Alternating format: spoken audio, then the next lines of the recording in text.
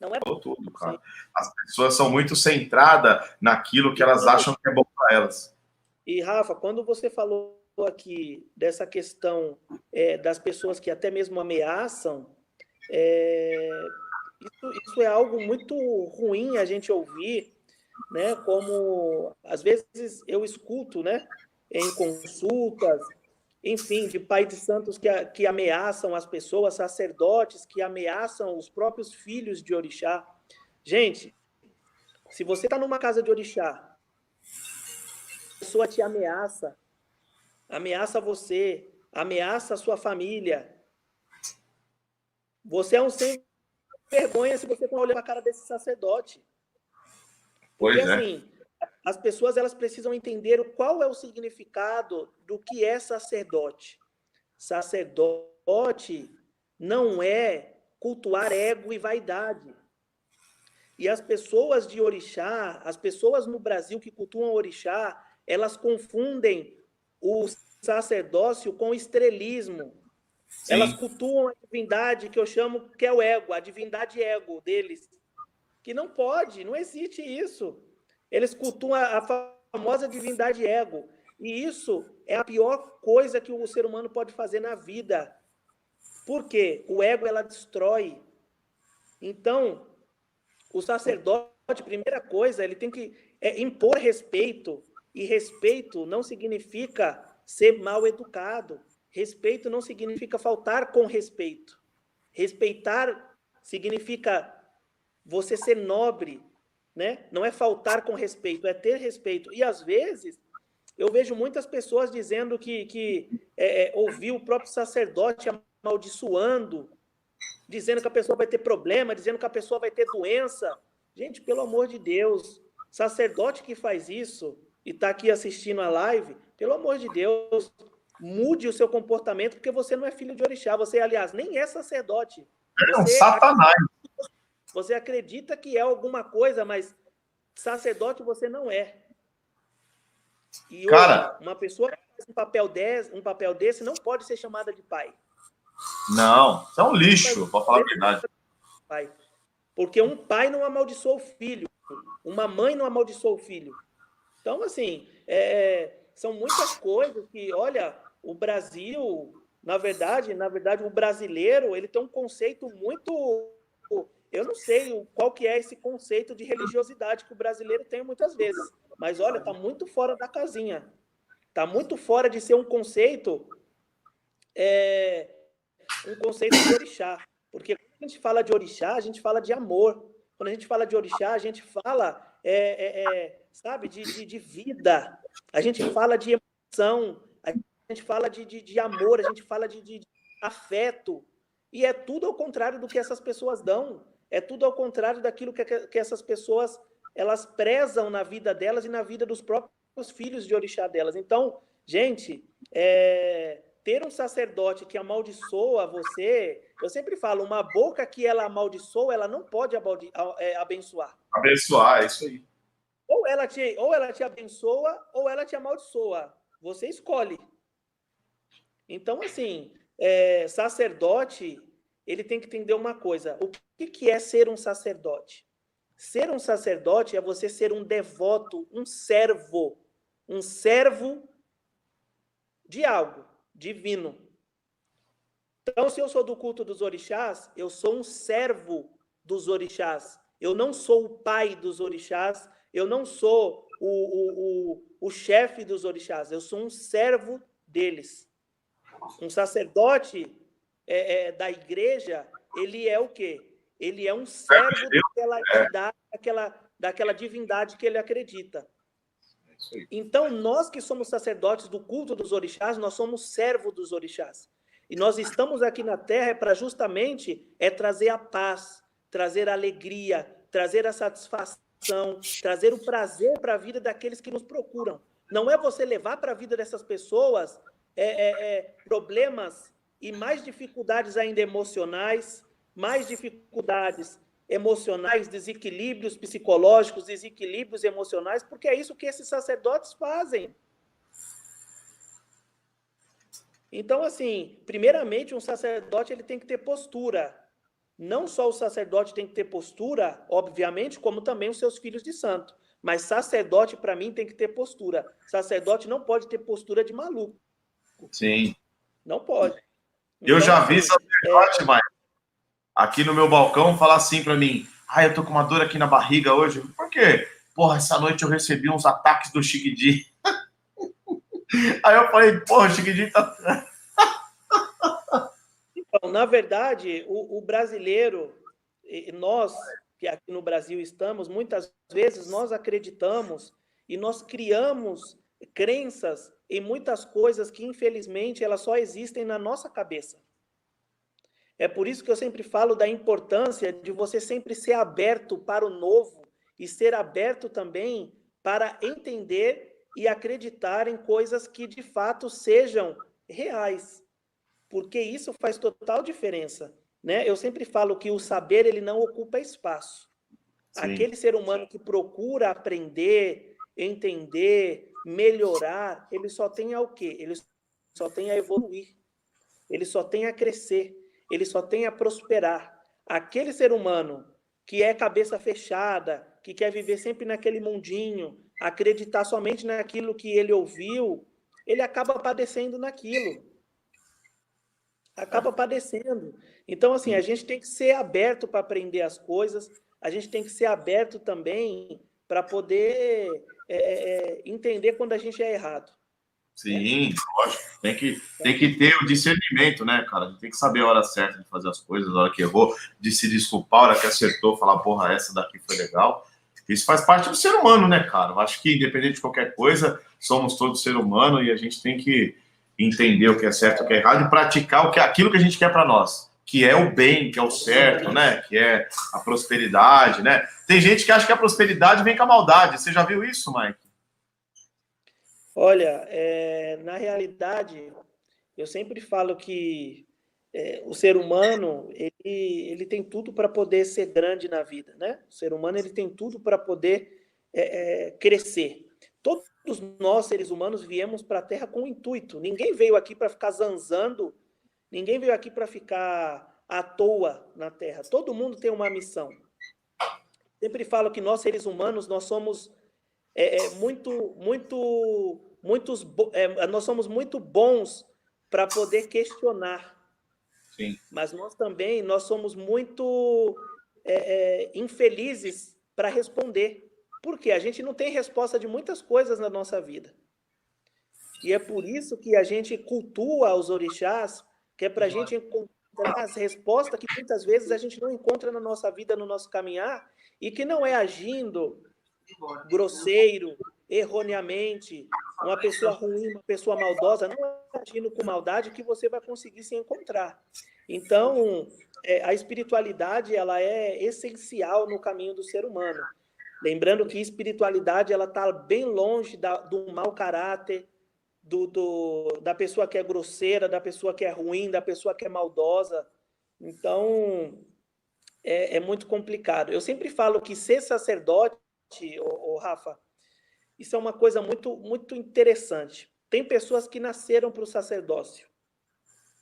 Tem pessoas que elas foram agregadas ao sacerdócio, né? Sim. São agregados. E aí o que acontece? Muitas vezes ela não consegue ter um entendimento do que é ser o sacerdote e entender que sacerdote muitas vezes ele tem que ver as coisas, ouvir as coisas e ficar quieto, ficar neutro. E muitos não entendem isso. Muitos são escandalosos, já saem falando mal dos outros na frente de todo mundo, já saem fazendo escândalo de todo mundo, já arrasa com a cara de todo mundo na frente de todo mundo.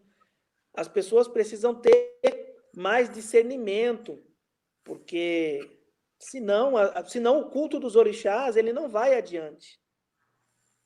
Não vai adiante. O culto dos orixás é um culto que a gente tem que prezar o respeito, né? Porque é o que os orixás nos ensinam. É prezar o respeito, é prezar o amor, né? Então, assim, o amor, ele não é somente para com os outros. O amor, quando eu falo de amor, não é você ter que ficar lambendo os outros, não.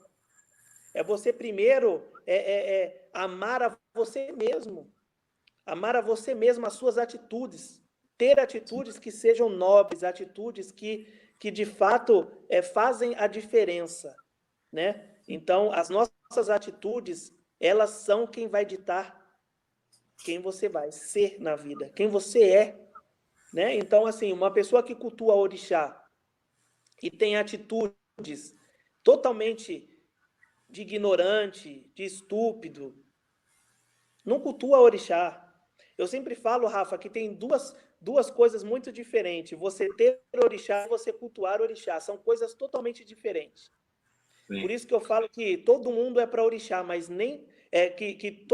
orixá é para todo mundo, mas nem todo mundo é para orixá. É isso aí. Sim. Orixá é para todo mundo é porque as pessoas não sabem a diferença entre ter orixá e cultuar orixá. Sim.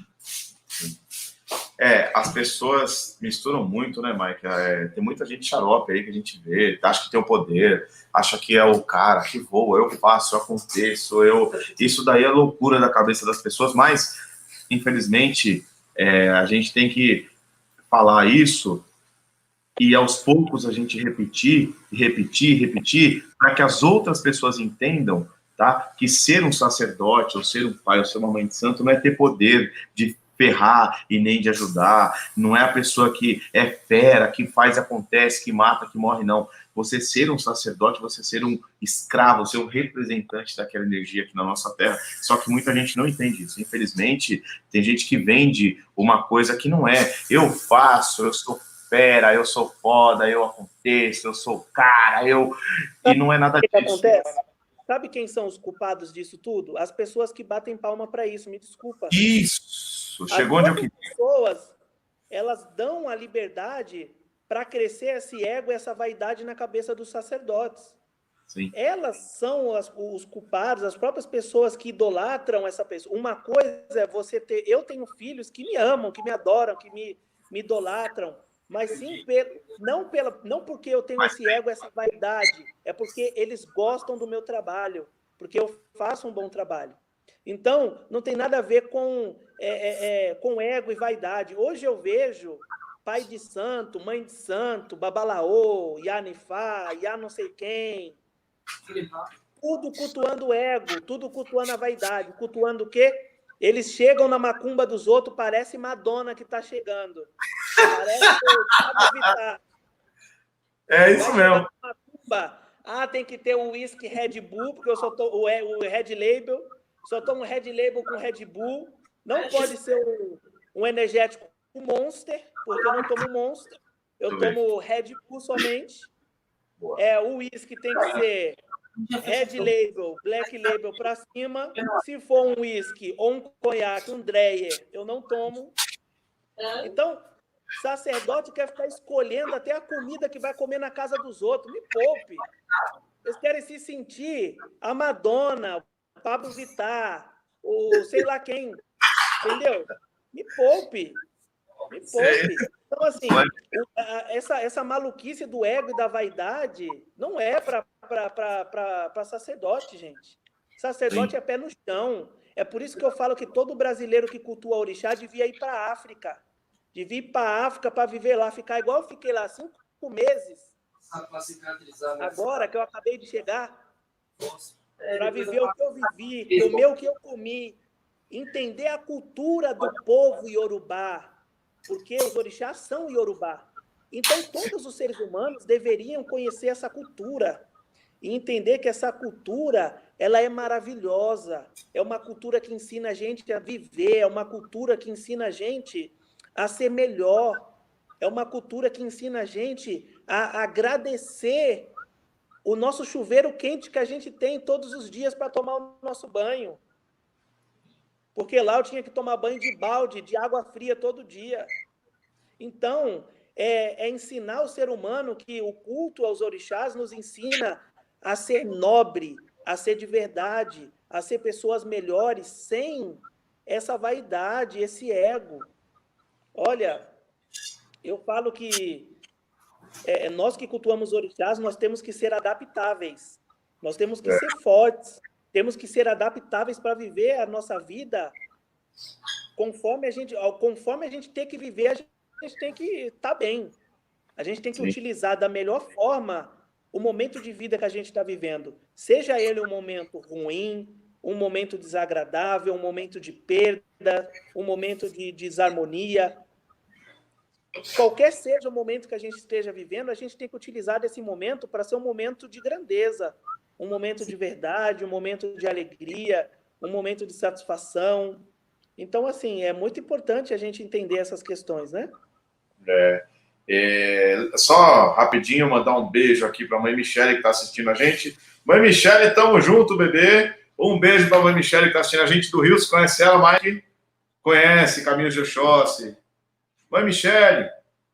Boa noite, grande abraço para ela. Parceiraça, tá junto com a gente aí. Obrigado, mãe, por estar assistindo a gente e todo mundo que está aqui, claro, em especial aí para ela. A gente está batendo papo agora. O que o Mike falou enquanto houver plateia, palhaço não vai faltar, irmão. Então, a culpa, a Clélia Gomes também está com a gente aí. Obrigado, mãe Clélia, tamo junto. Enquanto existir palhaço, plateia vai ter. Então, o que o Mike está querendo dizer é o seguinte: parem de dar votos para essas pessoas que se dizem deuses. Parem de fazer essas coisas, porque enquanto vocês estiverem lá dando crédito e dinheiro para essa pessoa, ela vai cada vez mais fazer merda, vai acabar com a vida de vocês, com a dela, e vai pregar uma coisa que não é real, tá? Não é real na religião, obrigado. Então, assim, ou vocês cultuam o orixá para a vida de vocês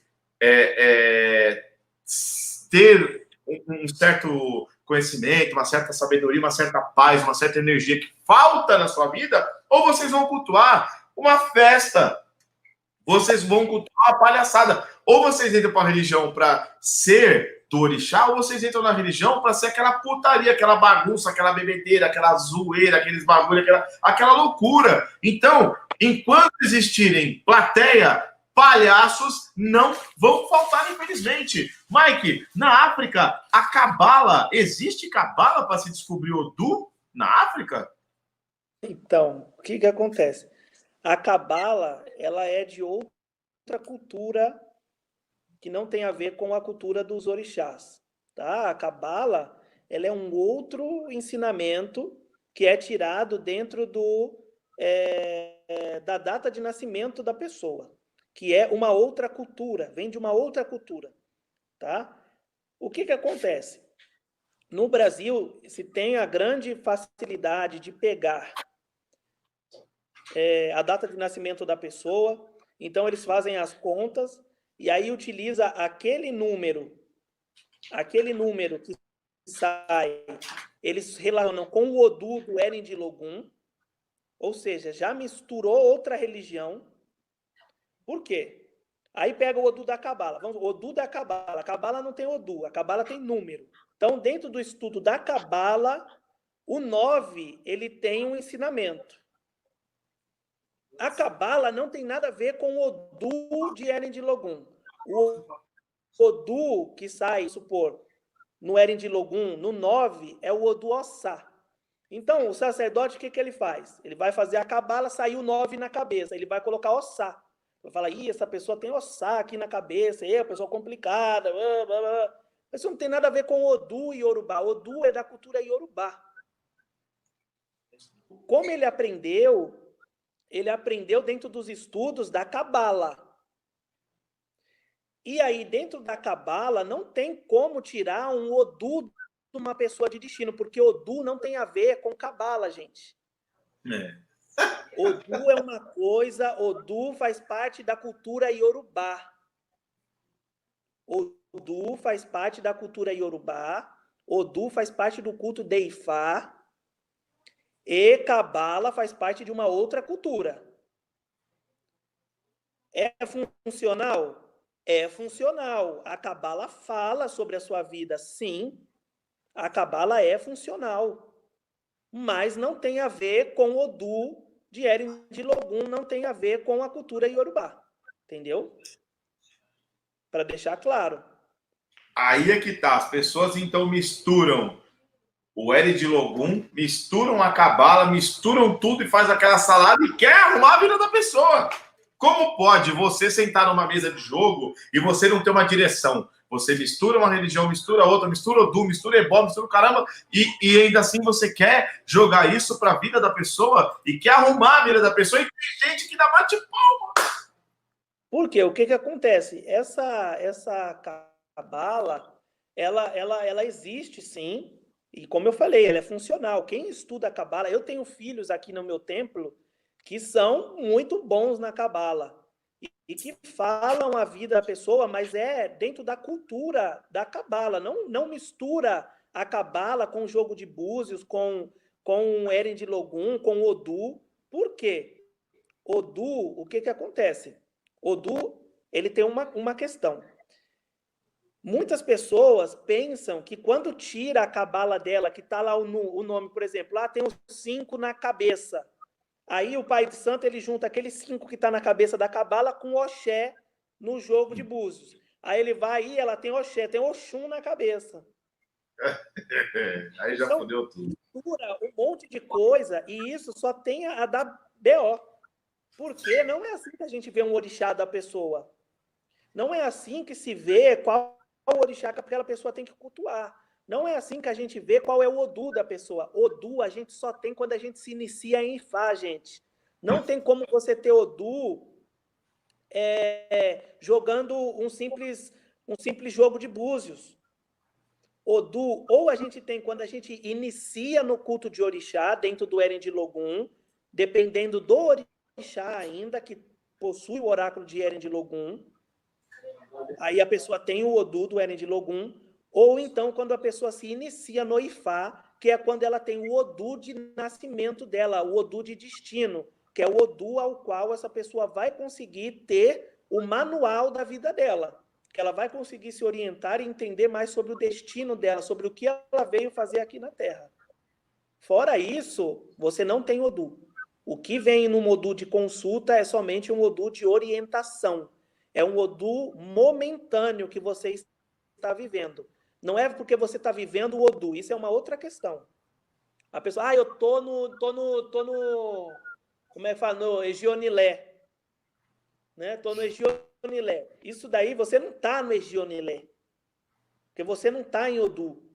Você está vivendo uma vida ao qual eu, consultando o oráculo, veio sair o Odu Ediobê, ou Edionilé, como fala no Brasil, que esse Odu relata o desequilíbrio que você está vivendo. Mas não é que você está no Odu Edionilé. Não é que você está no Odu Ediobê. Não tem como a gente estar em Odu. A gente não está em Odu nenhum. Entendeu? Isso não existe. Muita gente bagunça, né, Mike? Então, são muitas coisas que misturam. E aí, é muita coisa que acaba, muitas vezes, as pessoas ficando sem entender o que de fato cultuam por conta disso. Eu sempre falo que deixar bem claro, tá, gente, que, como eu falei aqui da cabala, do jogo de búzios, as duas questões são bem funcionais. Eu não estou falando mal de quem vê cabala e de quem vê o jogo de búzios. Eu estou afirmando que eu acredito, porque eu vejo que são funcionais, né? Eu até pego meus filhos aqui quando estão aqui na casa do templo, falo, vem aqui, vê meu negócio aqui, joga um negócio aí, joga umas pedras, joga um negócio aí para mim. Mas eu estou explicando para vocês que são coisas diferentes, tá? São coisas de culturas diferentes. Então, é importante vocês entenderem para não serem leigos, ok? Aí, no caso, o que acontece? As pessoas que misturam uma cabala para ver um orixá junto com o jogo de búzio, a partir daí você já tem que começar a ficar com as antenas ligadas, porque a pessoa pegar e falar assim, olha, seu orixá é esse, acabou de sair aqui na cabala, que o seu orixá é esse, o seu Odu é aquele. Aí é como é que tá falando, fiquem atentos, tá? Para que isso não acarrete numa consequência que para a sua vida vai te fazer mal. Um exemplo, o cara tá lá na cabala, faz o número da cabala, joga o búzio, tudo junto, faz aquela mistureba toda e fala, na cabala você é orixá e aqui no jogo confirmou, seu Exu é tal. Ou seja, não tem base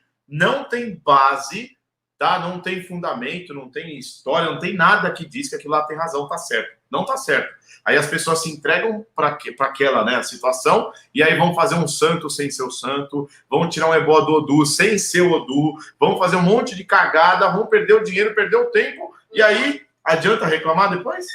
Acabou, gente. Então, como é que tá tentando fazer? Alertar. E, de certa forma, tá certo. Quem vai na cabala, vai só na cabala. Quem vai no Erin de Logum, vai só no Erin de Logum. Quem vai no Opelê, vai só no Opelê. Não adianta você juntar tudo aquilo, sentar lá numa mesa por causa de 100, 200 reais e querer resolver a vida da pessoa, tomar o dinheiro da pessoa, resolver tudo que tem para resolver de uma forma que, eu sou bom, eu vi na cabala que é isso, o jogo confirmou, o Opelê também falou, o Osso também, e acabou, vou resolver sua vida.